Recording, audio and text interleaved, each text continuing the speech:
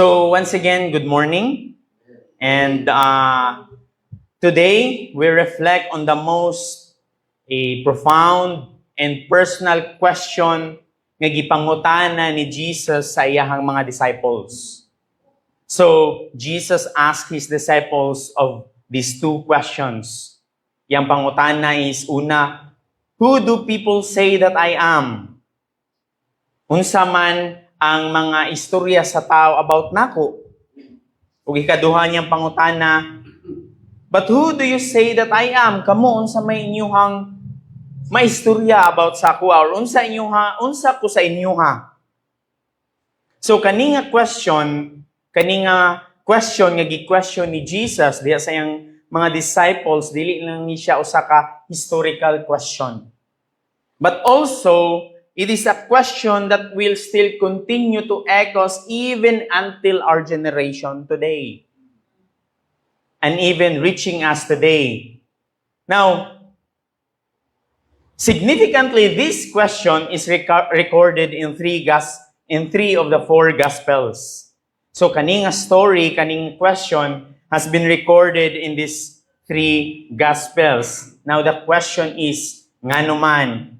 Why is this account or why is this instance or story has been recorded in these three Gospels? This event is recorded in Matthew chapter 16, verse 13 to 20, and also in Mark chapter 8, which is our passage this morning, and lastly in Luke chapter 9, verse 18 to 21. It is because this account or this event is a turning point in Jesus' ministry.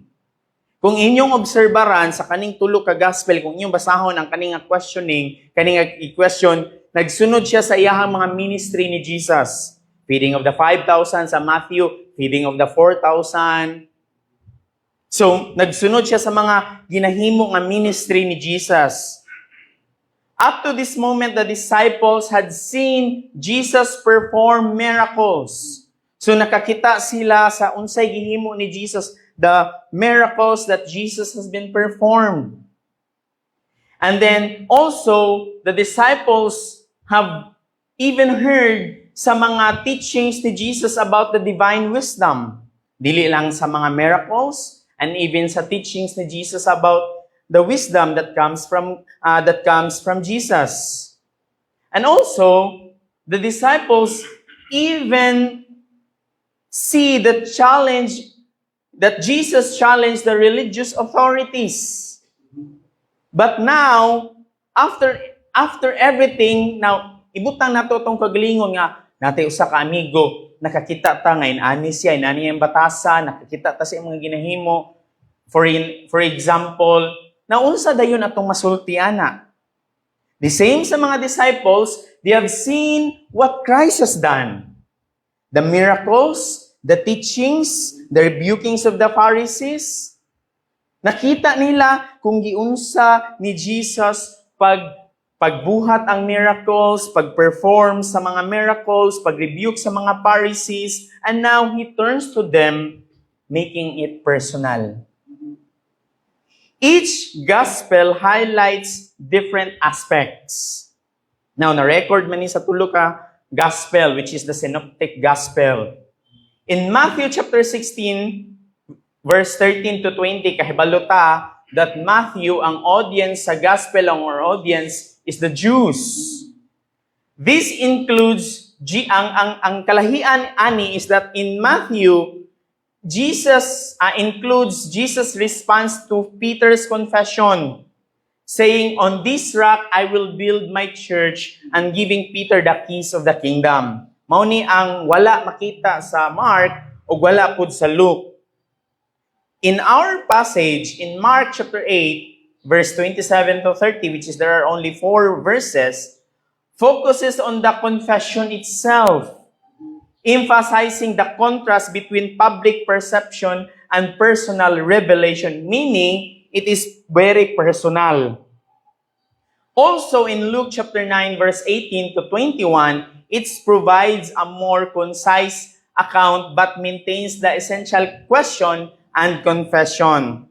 Now here, the repetition in the three Gospels shows these instances or this event is a vital, this moment, it is understanding Jesus' identity and His mission. Meaning, tungod kay na-include man ni sa tulo ka Gospel, meaning it is very important. And it is also makita nato sa unsa ang identity ni Christ and even sa iyang mission. These three Gospels has slight variations exist in the wording, in the context, and emphasize depending on the author's perspective because Matthew, Mark, and Luke have different authors. In Matthew, it's focused on Jesus as the fulfillment of Jewish prophecy. Mao nang kung inyong basahon diha sa Matthew, ang nabutangan ani nga passage is sa before nga verses is nag-about katong iyang girebuke ang mga Pharisee. While Mark highlighting the authority and power of Jesus. Mao nay kalahian sa duha, and Luke emphasize Jesus' compassion. However, naa may kalahian sa tulo in terms of context, in terms of wordings, but the central theme, ang pinakapunto jud aning tulo nga na-include is that on Peter's declaration that Jesus is the Christ remains consistent across all three Gospels. So meaning, even though there are variations, there are slight differences in these three Gospels about kaning nga event, but ang central theme yun ani is ang declaration ni Peter. Unsa iyang i-declare.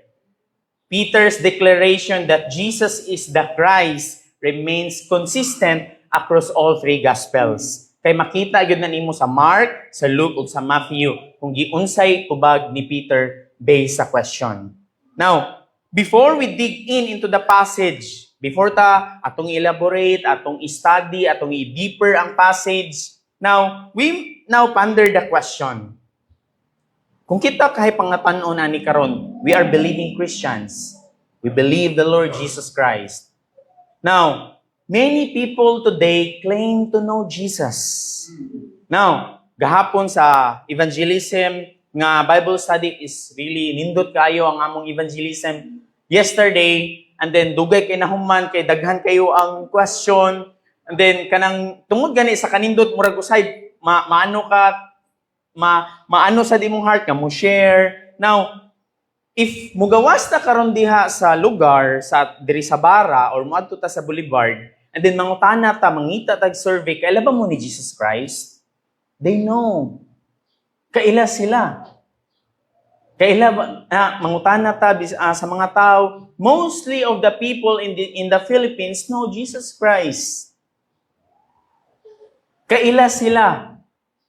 Ingong pangutan-on, kaila ka o Ginoo, kaila sila because in our religious context in Philippines, we are sa panahon nga nasakop ta sa Spaniards for 333 years na introduce ang religious nga Christianity for sa kana nga kadugay sa Spaniards. Maunay na practice for a long time. So even until now, mo nang kung ikaw, gikan sa pagtao nimo, kahibaw na ka nga imong mama or imong papa, musimba, you already have the knowledge of Jesus. And also, there are people in this world that they can quote scripture. Usahay, makita na to sa social media that they will quote scriptures. They will pray to God. And also, there are people that can explain doctrines and even teach others about Christ. But the real question, brothers and sisters, the real question, do they truly know the Jesus of the Bible? That's the biggest question. I remember watching the sermon of Bodhi Bokam. He told, if you believe in the wrong Jesus, even how sincere you are on believing on that Jesus, you are sincerely wrong. Because ang i-portray ni Jesus sa kalibutan karon is contradicting sa Jesus that what is teaching gitudlo sa Scripture. Why? It is because daghan kayong tao karon that they come to God because they want to bless. Ganahan ko nga, ay muduol sila sa Ginoo. They know Jesus, Lord Jesus. Nani, because they want to have the benefit of everything about God and about Jesus. Kung nakahinumduman siguro mo sa preaching ni Pastor Doms, like atong 2 weeks or 3 weeks ago, kadaghan jud ko to gilantaw. It is because so nice. Now, daghan kayo ang nakaila ni Jesus karon, honestly. But ang pangutana kayo nga significant kayo nga pangutana, do they truly know the Jesus of the Bible? Now, we will give you some illustration. Now, the difference between knowing about and truly knowing. Now, unsay kalahian sa knowing about o truly knowing? Now, og sa Bisaya pa, kaila o kaila. Di ba? Ang word nga kaila o kaila is lahi na. Right? Kita mga Bisaya, kahibawat ana. Now, kung mingon kag kaila ka, nay delivery sa Shopee or sa Lazada, muadto, kaila mo ni kuan? Tagadiha na. Oh. But mingon ganid, kaila mo ni kuan? Kaila mi kay kababata na nako. Kaila jud ko kabaw ko siyang batasan na. Right?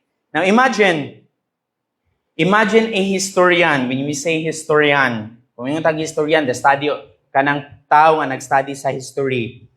Imagine a historian who has studied every detail about a famous king. So, iyang gitun-an. Kanunsa siya na tao, unsa iyang achievement, unsa iyang basahon ang mga letters. Now, ang question is, but if that historian has never met the king, can he truly say he knows him? Kahit naa siya tanan nga information about the king, but the question is, wa man niya na-meet, kaila ba yun siya totally sa king? Kaya wa man niya na-meet.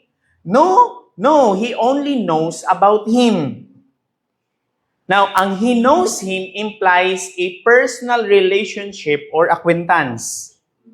It suggests a degree of familiarity and interaction between the two people. While ang he knows about him suggests that he has information about the person. Naalang siya information, but it doesn't necessarily imply any personal connection. This information could be from various sources like reports or social media, like daghan tag friends sa social media nga kaila ta kay friends na to sa Facebook pero wata kaila personally, kaya pagay nato na meet personally, right? Or mutual acquaintances. Now, here's an example. Ang he knows him, like for example, ako, Pastor John, knows Kevin. Because si Pastor John, kailagid siya ni Kevin because they've been friends since childhood. Kailagid sila. Kay kuyog yun sila, kababata sila, kuyog sila nga ni dako. On the other hand, ang he knows about him, Pastor John knows about Kevin because nakakita siya sa Facebook nga, ay, si Kevin niya, kung i-add. Or an article about Kevin or any achievement. Now, ang sa first nga statement, Pastor John and Kevin have a personal relationship kay kuyog silang nagdako. In the second statement, John knows Kevin but there's no indication of personal connection. Now, in the same way, many people know about Jesus, know about His miracles, know His teachings, and even His crucifixion. Gina-celebrate gani na yearly sa Holy Week. But the question is, they don't have a personal relationship with Him as their Savior and Lord. That's why it is so contradicting that you know about Christ and your life is not conformed in Christ. Right? Because you only know about Him. You don't have a personal relationship with Him, especially as He is your Savior and Lord. The Pharisees were experts in the scripture. Ato ta sa scripture. Ang mga Pharisee, expert kayo na sa scripture. They memorized the law. Even debated theology and enforced religious practices. Yet, when the time that Jesus stood before them, they did not recognize Him as the Messiah. That's why Jesus confronted them in John chapter 5, verse 39 to 40. Ingon sa John chapter 5, verse 39 to 40, ingon diha, you search the scriptures na agiani sa preaching before. You search the scriptures because you think that in them you have eternal life. And it is they that bear witness about me. Yet, you refuse to come to me that you may have life. Kani nga mga Pariseo, despite their deep knowledge, they miss the true Jesus. Meaning, we can know about Jesus, we can know about His life, His history, or everything nga yang gihimo in this, when He comes here, but it is really possible that you are not His Savior and Lord. Their hearts were hardened, and their faith was in their religion, not in the Redeemer. Now, we all face this question and are forced to make decisions daily. Kinsa man gyud si Jesus? In 1800 towards 1900, nisikat ka ng, nakaabot yun ko, first year high school ko, kanang nisikat na sa una kanang WWJD. Kanang katong ginasulob sa kanang murag WWJD, ang meaning ana is walking with Jesus daily. Now we all face every day with a decision, kinsa man gyud si Jesus sa atoa. Some of those are insignificant and others can have a lasting implication. However, none are more important than the question Jesus posed to His disciples. Ingon siya, whom do you say that I am? How we respond to that question will have an eternal implication. If pangutan-on ta sa question nga, unsa si Jesus nimo? The way we answer also determines kung unsa nato gyud siya sa atong kasing-kasing. It is a question that all must answer and one that is impossible to avoid. Those who refuse to deal with the question have in essence chosen to reject Jesus as the Christ. Now, let's go to our passage. Our first point can be found in verse 27. Ingon diha, Jesus went out along with His disciples to the villages of Caesarea Philippi, and on the way He questioned His disciples, saying to them, who do people say that I am? Yang gipangutana yung mga disciple. And then iyang giingnan nga, unsa may masulti, unsay pagkaila sa mga tao sa akoa. It is a question, ang atong first point, it is a question of eternal significance. Here, Jesus possessions the question that all must consider and respond. Now, ibutang imong kaugalingon, na naa ka didto, you are one of the disciples. Kita kas mga miracles ni Christ. Kadungog kas mga pagtudlo ni Christ. And then ikaw ang gi-question ani. It isn't a question that we can deny or even avoid. All must answer His question and decide who Jesus is and what they will do with Him.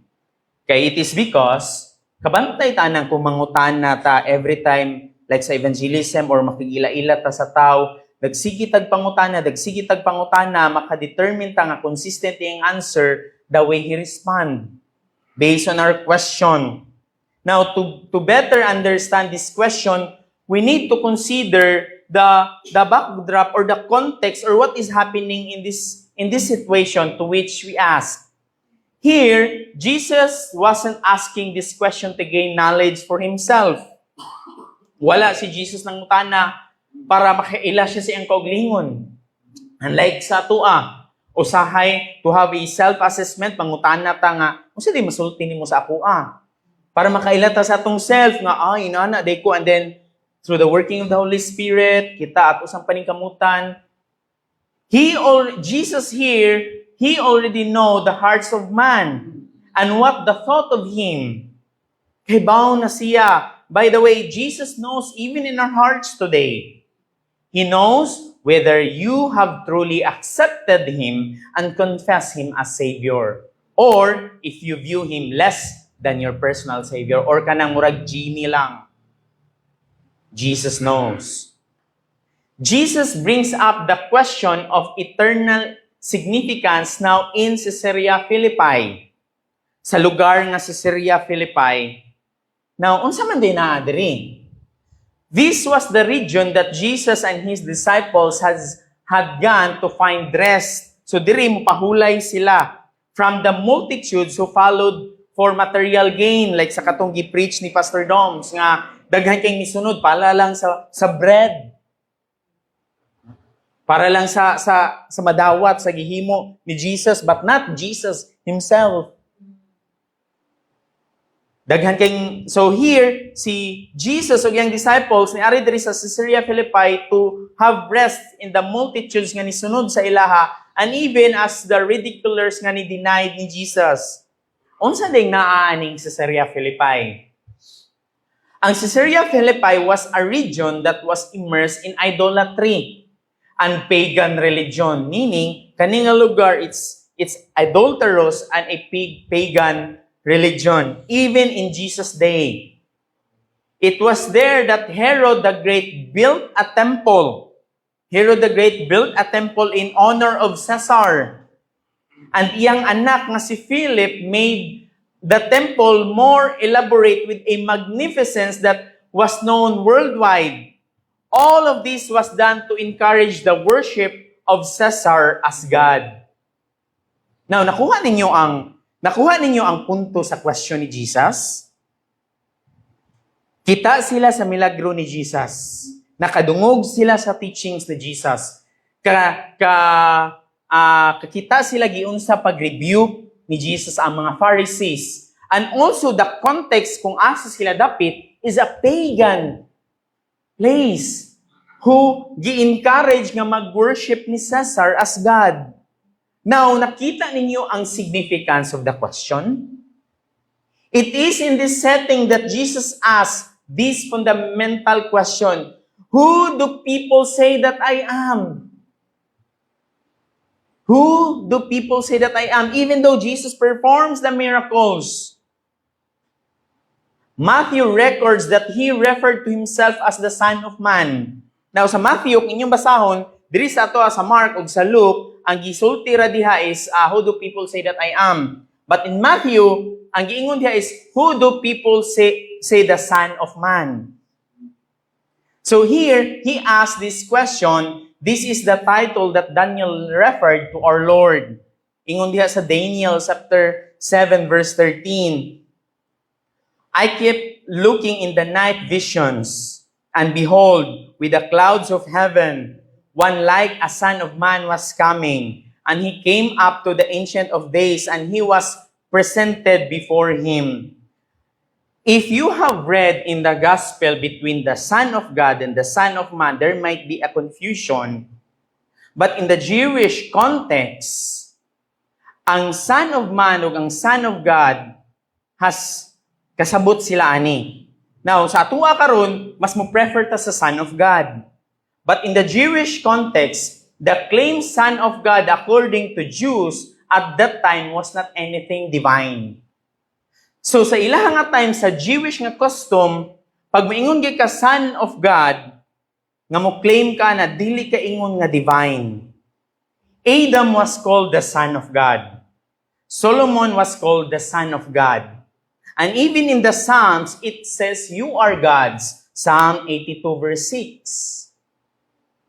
It's not a divine claim to call someone a son of God sa Jewish nga context.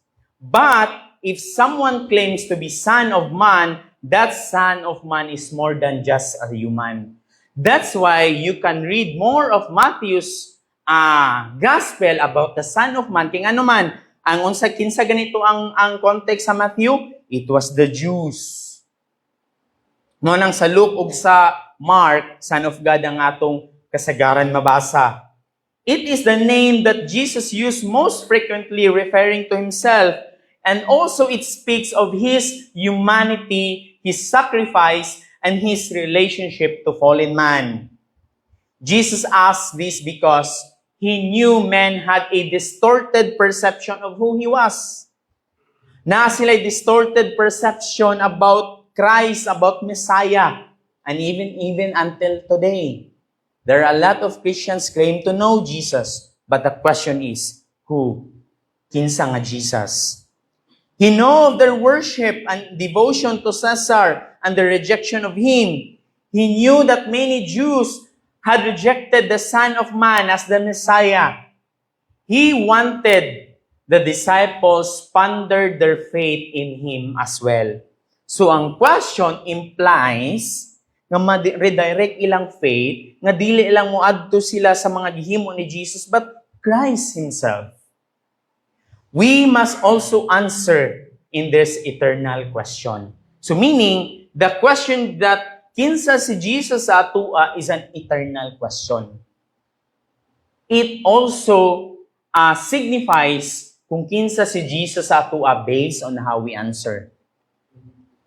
Adto ta sa point number 2, verse 28.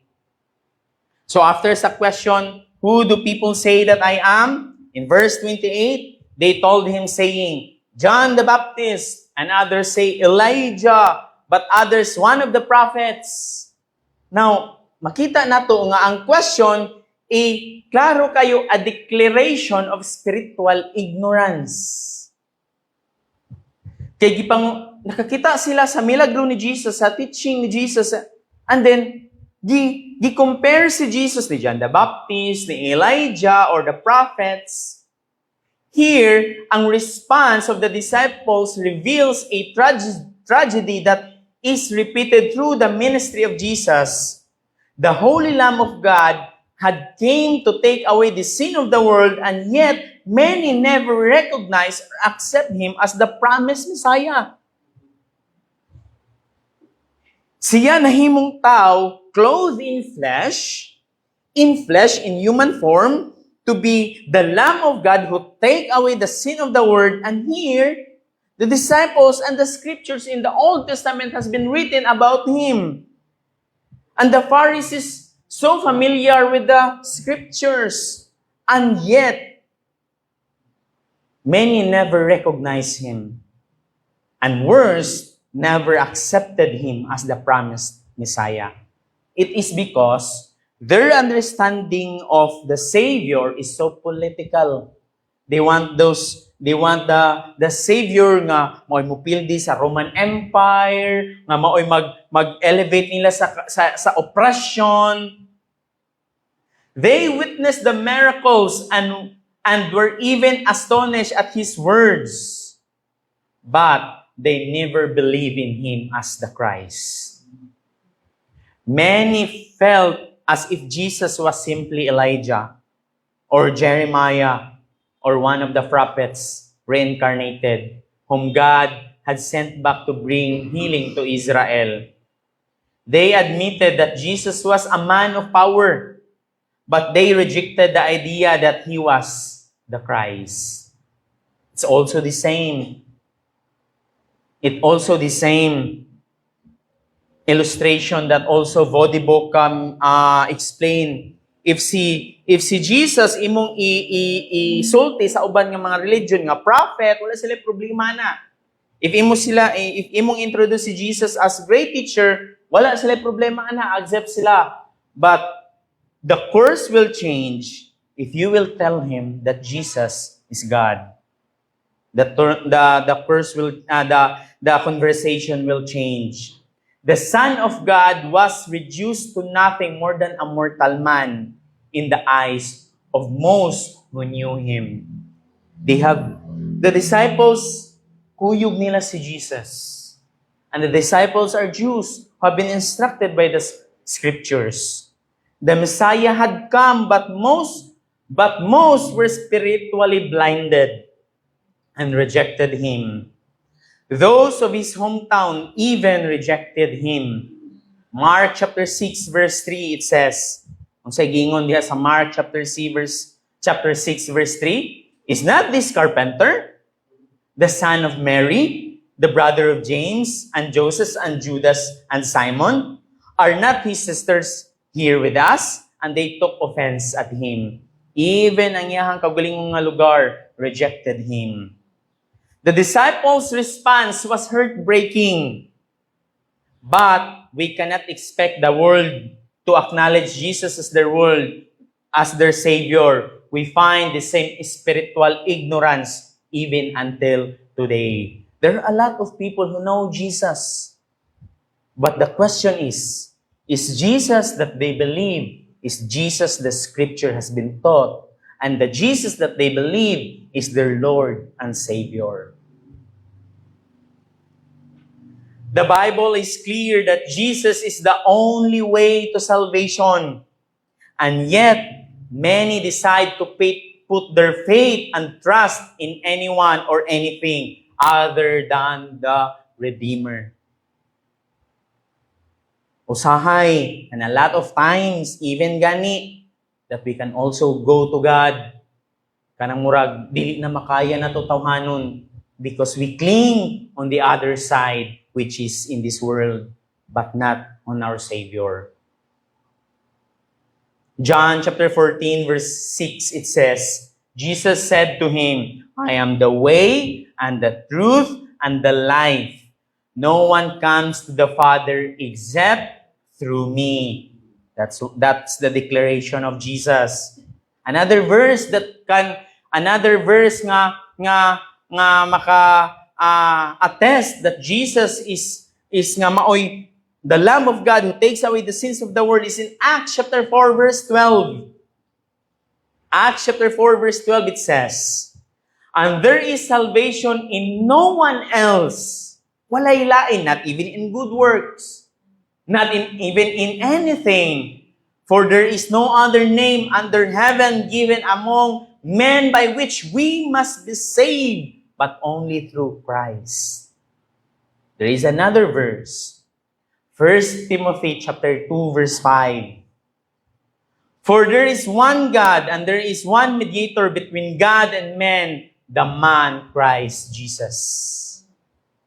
Another verse, which is the familiar verse to every one of us, even a child, John 3:16.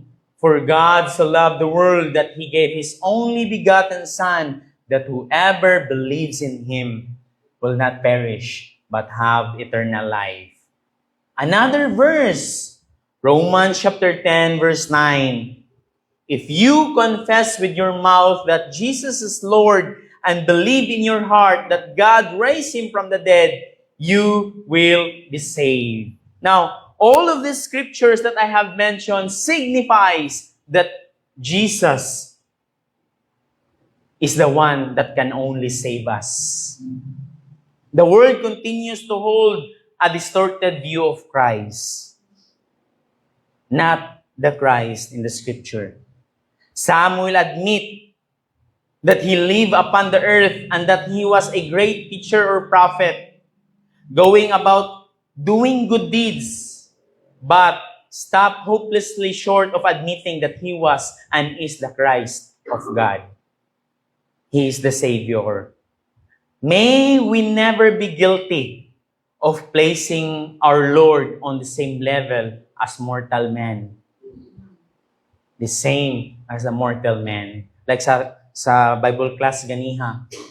Tanang ang reverence o gani nga to use the name of God, it is also the same through Christ. It is because He is also God. May we never find ourselves taking away from His absolute deity and absolute humanity. May we never be guilty of belittling our Lord. Please, brothers and sisters, we need to view Christ as God, as our Savior, who saves us, not a genie that we can ask if we need something to hold on to provide us or to something that only feed us, or viewing him as less than he is. Kung unsa nato ka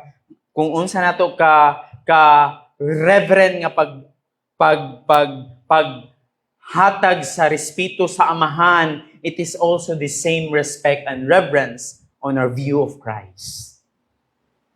Let's go to point number 3 in verse 29, which is the pivotal message of all of these questions. Verse 29, and he continued by questioning them, but who do you say that I am? After niya gipangutana, unsay pagkaila sa mga tao sa kuha? Mauni. Iya din take personal. Okay, kamo. Unsay inyong pagkaila sa kuha? Peter answered and said to him, you are the Christ. Here, makita nato a confession of unconditional faith. Jesus was well aware of that the Pharisee and those around Jerusalem thought of him, and here he posed the same question to the disciples. Just as before, Jesus already knew the reality of their hearts. Hibalo na siya kay he is an omnipotent, omniscient. But he wanted them to ponder who he was and why he came. Kay basin lang nagsunod-sunod lang na ang mga disciples tungod sa mga milagro. Daghan biya kayo karon nga passionate kaayo to preach the gospel that they preach the wrong gospel. It is here that Peter makes his profound confession. Unsay confession ni Peter diri? Ato makita ang iyahang accountability. He continued by questioning, but who do you say I am? Jesus was very direct. He called upon each of the disciples to give an account of who they believe Jesus to be. They had shared what they believed the world to think, and now Jesus wanted to hear from them, his very own disciples. He was aware that his own had rejected him, but he hadn't overlooked those who had faithfully followed him, which is his disciples. But whom you say that I am? Now, sa kaning question in this, we find that each disciple was personally accountable to recognize the Lord. Even though ang na-record is si Peter lang ang ni-answer, but it is also still direct to all of them. Another's confession wasn't enough. It didn't matter what other men thought. It doesn't matter unsay gisulti sa uban, but kamo disciples nako. Unsa inyong pagkaila nako because you are my disciples. Jesus was so concerned with their faith. Basig pareha lang siya sa ang iyang mga disciples sa uban nga nagsunod-sunod lang pod. The world may have denied him, but he was willing to accept those who believe in him. The same holds even in our time. This world doesn't care for our Lord. Many have rejected him, denying his sacrifice and even gift of salvation. But Jesus continues to ask, who do you say Christ is? What will you do with him? Are you willing to recognize him as your Savior and Lord? The world may reject him today, but he lovingly forgives and pardons who accept him. Each of us, even in our time, is accountable unto the Lord. Each of us must decide whether we will accept him or deny him. Others can't decide for you what you really have decided. Ikaw mismo kaila ka dapat. Gabi sa Bible, sa evangelism nga Bible study, ang question nga ni Pander is, lisod man ang kanang, I am not equipped to do evangelism. Usa sa reason that is why we naiuban nga it is difficult to do evangelism. It is because even though they are faithfully cling to Christ and they have really an evidence of their faith and salvation, but they are not equipped. It is because kulang pa sila sa pagtuon or kulang pa sila sa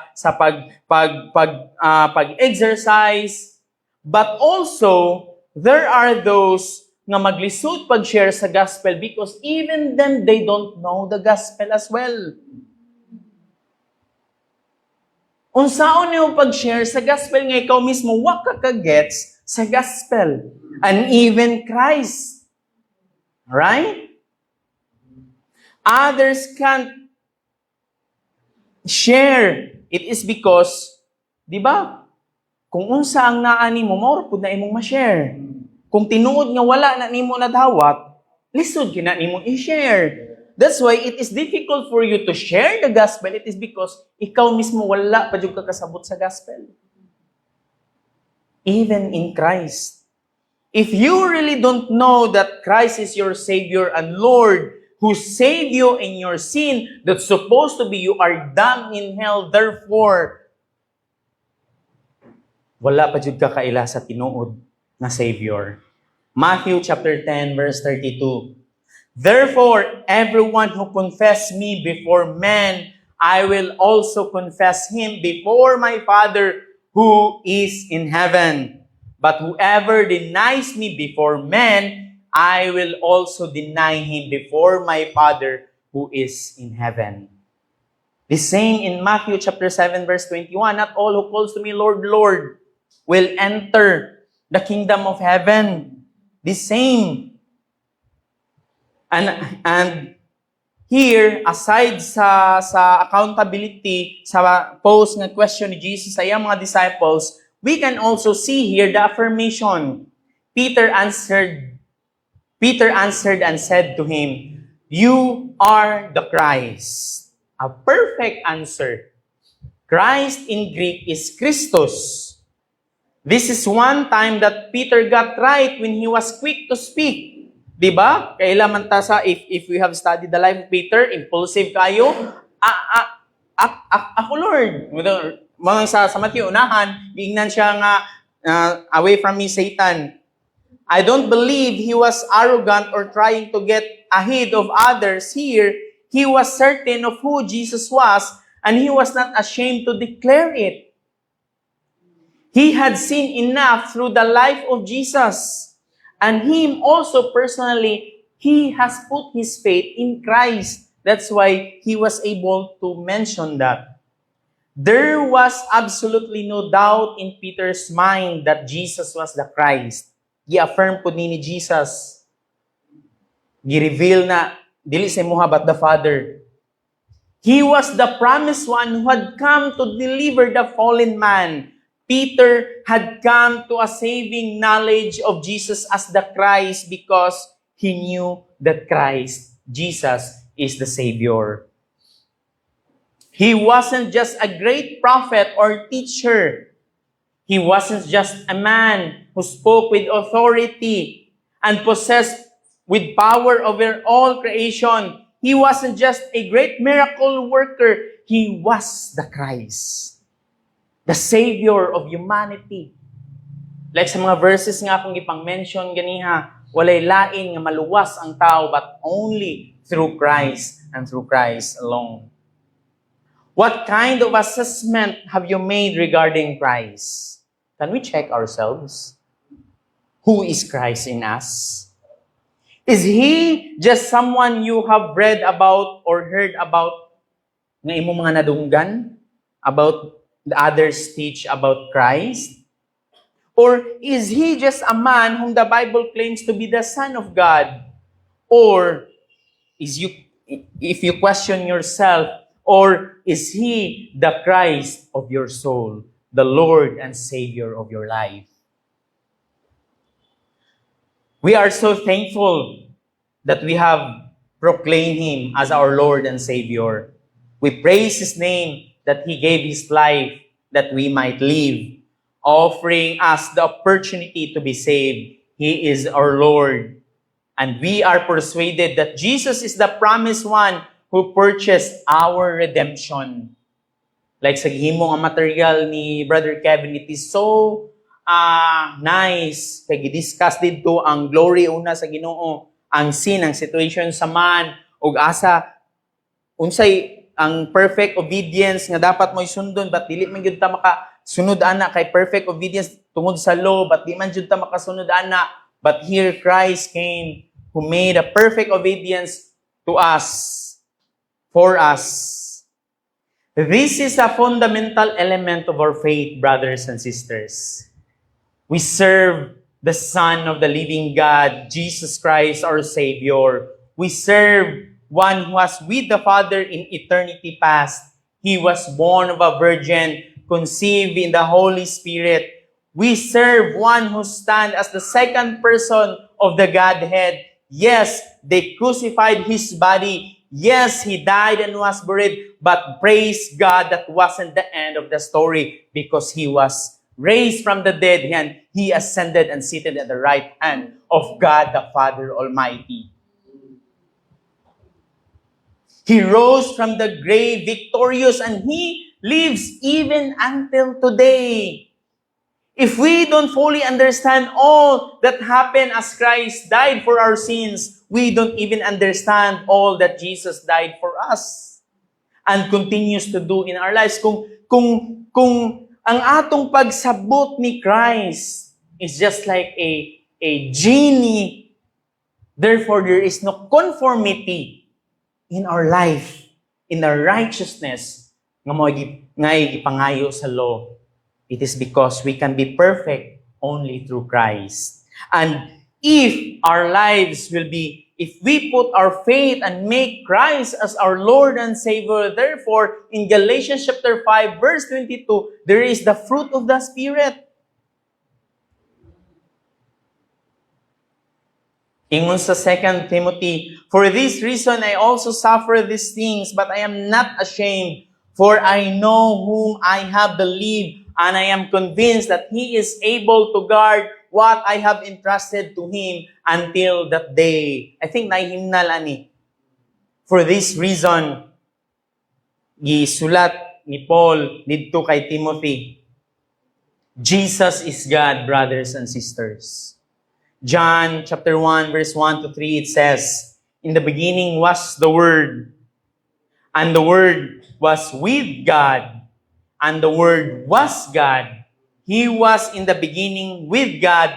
All things come into being through Him, which is Christ. And apart from Him, nothing came into being that has come into being. And then pag-ambak sa verse 14, and the Word became flesh and dwelt among us. Therefore, it is a confirmation that Christ who came in this world, clothed in flesh, is God Himself.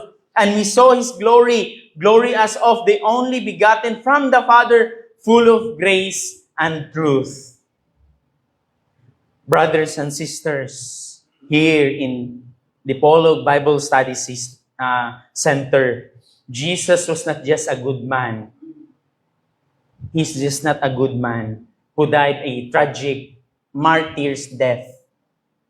He was the only begotten Son of the Father, robed in flesh, who gave Himself the atonement for our sin. To close this sermon, in verse 30 it says, and He warned them to tell no one about Him. As we close this statement, this sermon, this statement might be a bit confusing for some. Anong niingon man si Jesus diri nga, di sa siya ipanabi. Jesus had just questioned the disciples regarding His true identity, and yet He charged them to ayaw sa siya ipanabi. This was not done to discourage them or challenge their faith. Jesus knew His time was not yet fulfilled. It was not time for Him to go to Calvary and bear the sin of the world. If the disciples began to proclaim Jesus to the masses, the hatred toward Jesus would increase. Their faith was settled, and the time would come when they would be expected to preach Christ of the cross. This fundamental question remains not just in them, but in us. Who is Jesus? Our response to that question will determine our eternal destiny.